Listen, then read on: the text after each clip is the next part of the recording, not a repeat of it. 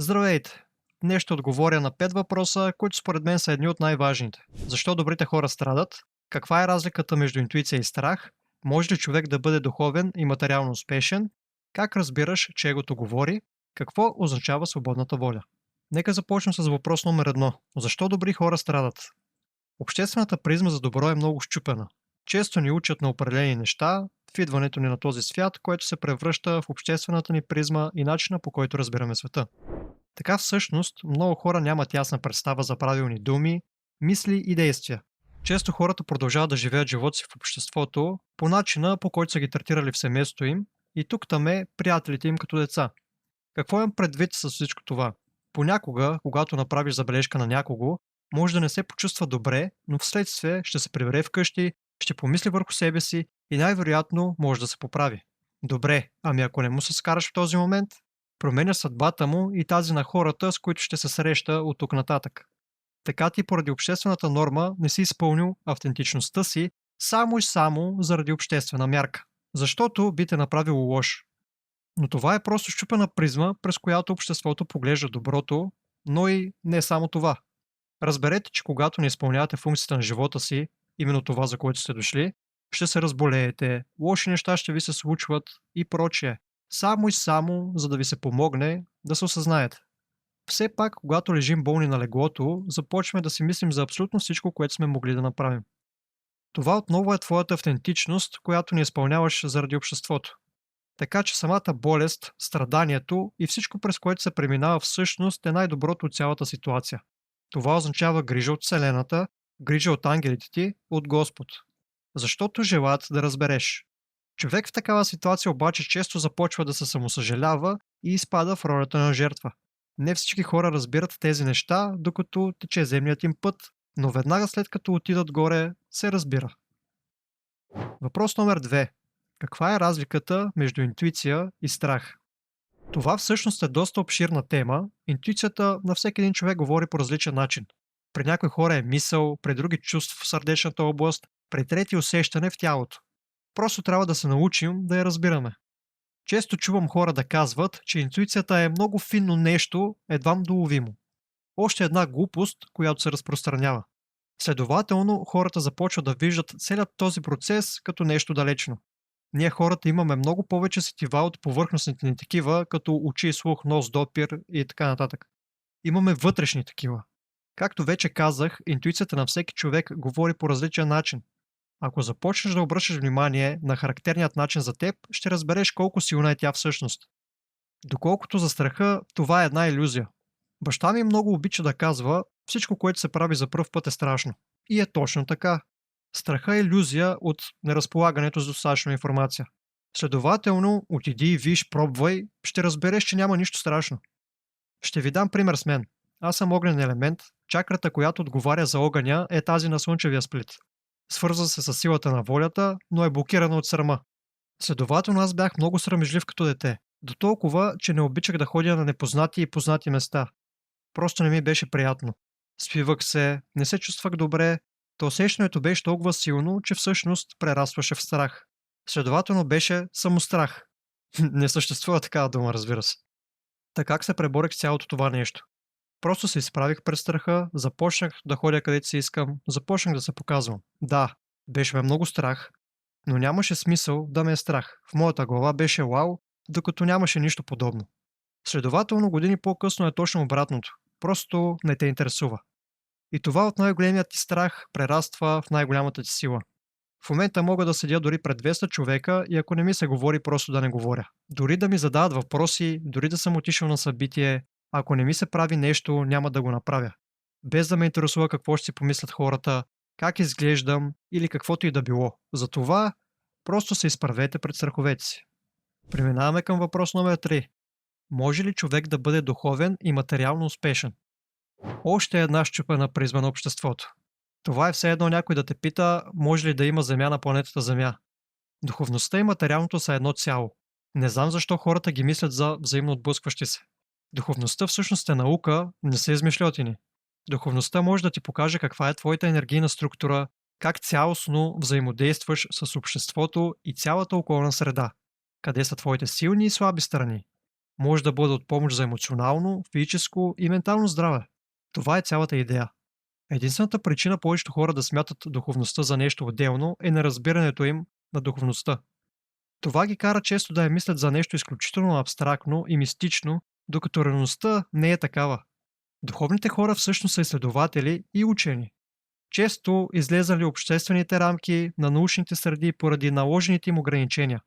Има изключително много изследвания, в които е доказано как духовността помага за всеки един аспект на живота и съдържа отговора. Но това са много неща, с които не мога да дам пример, тъй като не е законно. Що се отнася до здраве особено. Което е странно, защото има изследвания направени от учени, а не са врели на кипели. Законът е такъв, че когато нещо не е прието в научните среди, макар да е там, макар да съществува и помага, няма как да се говори за него. Духовността дори е странно, че се нарича просто духовност, когато е една наука за себеразвитие.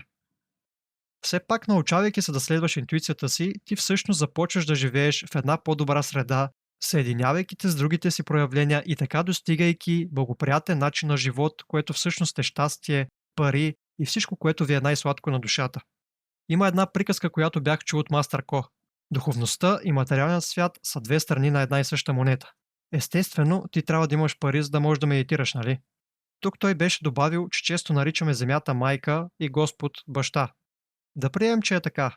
Та в крайна сметка през деня ти си свързан с майката, материята, за да изкарваш пари, да се чувстваш продуктивен и спокоен. Така вечерта имаш време да обърнеш внимание на бащата. Значи да седнеш и да медитираш, да се помолиш или каквото би направил без значение от религията и разбиранията. Обобщението ми на този въпрос би било, че материята е част от духовността, не обратното. Няма никаква разлика помежду им. Те са едно цяло единичко. Главният проблем тук идва, както бях споменал и от началото. Цялостно обществената призма. Виждали сте духовни хора да живеят по определен начин в миналото и веднага сте свързали бедността с духовност. Тези хора са имали всичко, което им е трябвало. Следователно, къде идва разковничето тук? За да бъдат себе си, да се чувстват добре в кожата си, те не са имали нужда от пари, коли, жени или факта, че вие сте го видяли като бедност. Мисля, че трябва да си подредите приоритетите и ще виждате много по-ясно цялостната картина. Преминаваме към въпрос номер 4. Как разбираш, че егото говори? Моето мнение за егото съм го споделял неведнъж. То далеч не е нещо лошо, егото е метъра, който ти показва, че растеш и къде има да растеш. Показва ти къде можеш да се намесиш и къде не можеш да се намесиш. Къде е твоя работа и къде не е твоя работа. Като тук отново се сблъскваме с обществената призма. Да, знам, че го повтарям на всеки въпрос, но това е самата истина. Цялостно за живота, не само за определените въпроси. Отново се свързва с първият въпрос за доброто. Пример. Ако се ядосаш в дадена ситуация и ти стоиш в нея, защото така е определено за правилно от обществото, кой е прав и кой крив?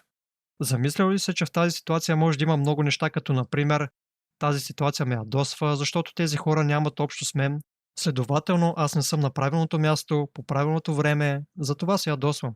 Не приемат мнението ми, това ме кара да се чувствам неудоценен и това започва да ме дразни. Аз самият не се чувствам достатъчно уверен в себе си и ме дразни този човек колко уверено говори, заявявайки мнението си. Като тук мнението на отсрещен човек дори не е нужно да е истина. Мога да продължа да изборявам до утре, но е безсмислено. Това са много процеси, които се случват несъзнателно при повечето хора. Но пък знаете ли какво? Всеки човек има право да греши, защото така се учи. Говорихме си по-горе за доброто. Щом този човек следва егото си, говорейки по определен начин, в определена ситуация, нека да е така. Това значи, че има хора, които трябва да го чуят, дори информацията да не е правилна. Това не значи, че няма да помогне на някого. В крайна сметка, може някой да вземе информацията му на предвид, следователно да действа с нея в определена посока, да се провали и така да разбере, че всъщност информацията не е правилна. Това не е ли добро? Следователно, егото само по себе си лошо ли е? Не. Човек се учи чрез болка и страдание. Егото ще те преведе точно през този път. Следователно ще успееш да си вземеш необходимото от ситуацията, ако избереш да се отвориш към правилната перспектива на нещата. Така еволюираш, ставаш по-мъдър, по-проницателен, по-сигурен в себе си, надежден човек. И виждате ли какво се получава? Както можех да изборявам приети от обществото лоши неща до утре, в момента везните се обърнаха и мога да изборявам добри неща до утре. Следователно, не знам как на вас всичко това, което изброих до момента, ви изглежда лошо. Преминаваме към въпрос номер 5. Какво означава свободната воля? Свободната воля е нашата автентичност. Следователно, свободната воля е относителна. Ако ти самият си окей, някой човек да те контролира, нека така да бъде. Има хора, които трябва да имат лидер и това е напълно нормално. Няма лошо в това нещо. Даже бих казал, че това е един от много по-спокойните и сигурни начини на живот. Всеки един от нас е създаден за нещо различно и трябва да го следва. Това е силно усещане, което не може да се сбърка. Та това е свободната воля. Избора, който прави за себе си, границите, които имаш и прочее. А ако усещате, че това, за което говорихме днес, ви докосва и има неща във вашия живот, които желаете да разберете по-дълбоко, работя индивидуално с хора. Първата част от работата ми е разговор, не следвам предварително зададен сценарий, защото всеки човек има различен път, различни преживявания и различни блокажи.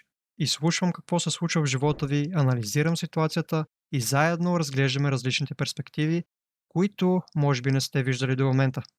След това правим и рейки сеанс.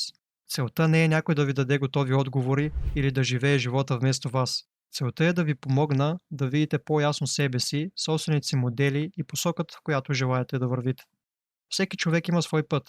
Аз не вярвам в това да давам празни обещания или да казвам на някого какъв трябва да бъде. Вярвам, че най-важното е човек сам да открие своята истина и да започне да действа от място на повече яснота и осъзнатост. Ако това е нещо, което усещате като подходящо за вас, информацията за индивидуалните сесии ще бъде в описанието на видеото. Благодаря и до скоро!